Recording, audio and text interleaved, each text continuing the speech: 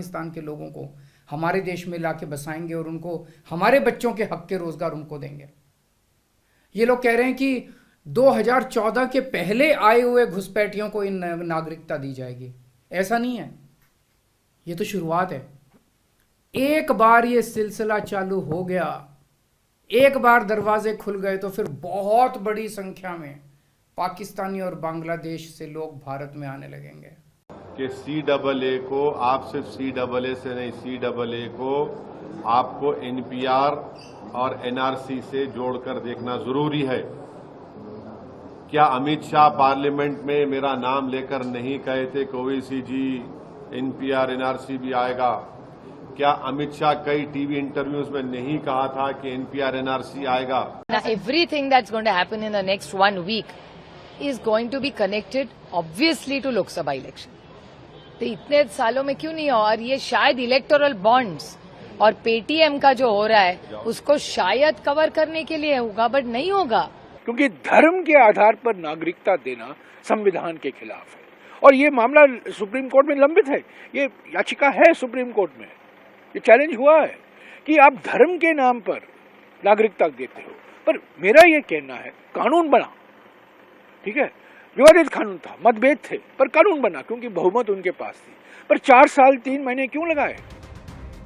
दुहाई नौकरी छीनने की, दुहाई संविधान की, और कुछ तो CAA की टाइमिंग पर भी सवाल उठा रहे हैं। पर सबकी कोशिश में सिर्फ राजनीति है, बयानबाजी में सबकी अपनी अपनी सहूलियत, पर उनका दर्द कौन समझे जो धर्म के नाम पर सालों से यातनाएं सह रहे हैं।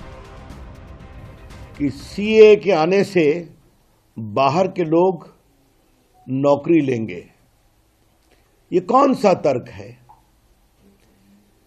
ये जो हिंदुस्तान में लोग आए हैं, ये कौन है? ये अपने आस्था के नाम पर प्रताड़ित होकर आए हैं।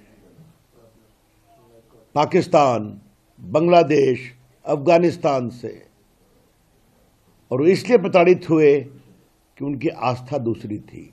वो हिंदू थे, सिख थे, क्रिश्चियन थे, पारसी थे। तो भारत तो एक प्रकार से इस तरह से प्रताड़ित लोगों के लिए अवसर देता है ना, और यही रह रहे हैं ना वो बड़ी संख्या में।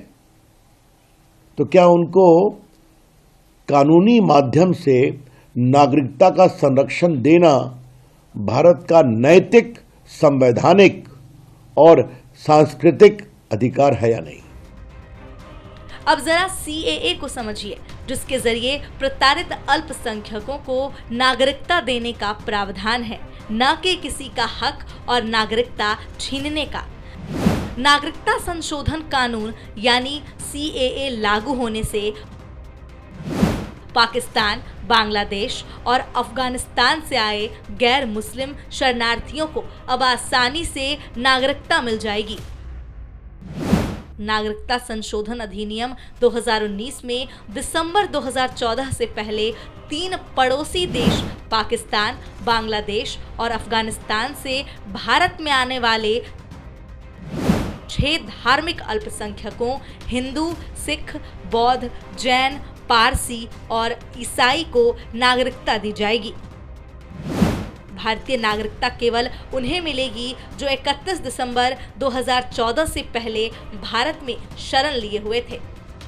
कानून पहले बन चुका था, नियम हम लेकर आए हैं और बहुत स्पष्टता के साथ कहा है कि जो देश के साथ लगते अन्य देश हैं, पाकिस्तान, अफगानिस्तान, बांग्लादेश वगैरह, वहां पर जो माइनॉरिटीज अल्पसंख्यक हैं, हिंदू हैं, सिख हैं, ईसाई हैं, बौद्ध हैं, पारसी हैं, उनके साथ जो उत्पीड़न किया जाता है, प्रताड़ना उनकी होती है, किसी के साथ बलात्कार होता है, किसी को जबरन धर्म परिवर्तन या फिर उसको ब्याह करने के लिए मजबूर किया जाता है, दबाने का काम किया जाता है, उन हालात में जो नहीं रहना चाहता वो किस देश का रुख करे? वो भारत ने बड़ा हृदय करके उनके लिए नागरिकता का प्रावधान किया है। इससे नागरिकता मिलेगी, छीनी नहीं जाएगी। और मुझे लगता है विपक्षी दल नहीं चाहते कि उत्पीड़न जिनका हो रहा है ऐसे माइनॉरिटीज का, उन देशों वालों को भारत नागरिकता दे। देश के अंदर भी लोग ऐसे हैं जो 70 साल से इंतजार कर रहे थे नागरिकता का, नहीं दी कांग्रेस ने। भारतीय जनता पार्टी की सरकार ने किया। दिसंबर 2019 में संसद में पारित नागरिकता अधिनियम 2019 के तहत राष्ट्रपति से CAA कानून को मंजूरी मिली और अब जब इसे लागू किया गया तो एक बार फिर विपक्ष ने इसके खिलाफ माहौल बनाना शुरू कर दिया। जबकि नागरिकता संशोधन अधिनियम 2019 से भारतीय नागरिकों का कोई वास्ता नहीं। संविधान के तहत सभी भारतीयों को नागरिकता का अधिकार है। ऐसे में जिन अल्पसंख्यकों को नागरिकता दी जानी है उन्हें प्रताड़ना से बचाने का ही मकसद है, न कि किसी भारतीय का